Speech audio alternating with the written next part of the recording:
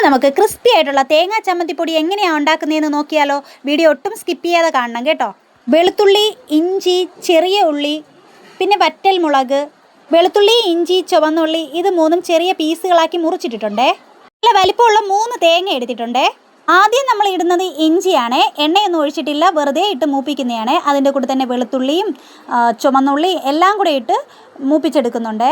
ഇതിന് ചെറിയൊരു പച്ചമണം മാറുമ്പോഴേക്കും നമുക്ക് വറ്റൽമുളക് ഇട്ട് കൊടുക്കാം. അത് കഴിഞ്ഞതിന് ശേഷം കുറച്ച് എണ്ണ ഒഴിച്ച് നന്നായിട്ട് മൂപ്പിച്ചെടുക്കുന്നുണ്ട്. കുറച്ച് പുളി ഇട്ട് കൊടുക്കാം, കറിവേപ്പില, തിരുമിയ തേങ്ങ മിക്സിയിലൊന്ന് പൊടിച്ചിട്ടാണ് ഇട്ട് കൊടുക്കുന്നത്, പെട്ടെന്ന് മൂത്ത് വരാൻ വേണ്ടിയിട്ടാണ്. പിന്നെ അത് കഴിഞ്ഞ് കുറച്ച് കുരുമുളക്, ജീരകം എല്ലാം കൂടി ഇട്ട് നന്നായിട്ട് മൂപ്പിച്ചെടുക്കാമേ.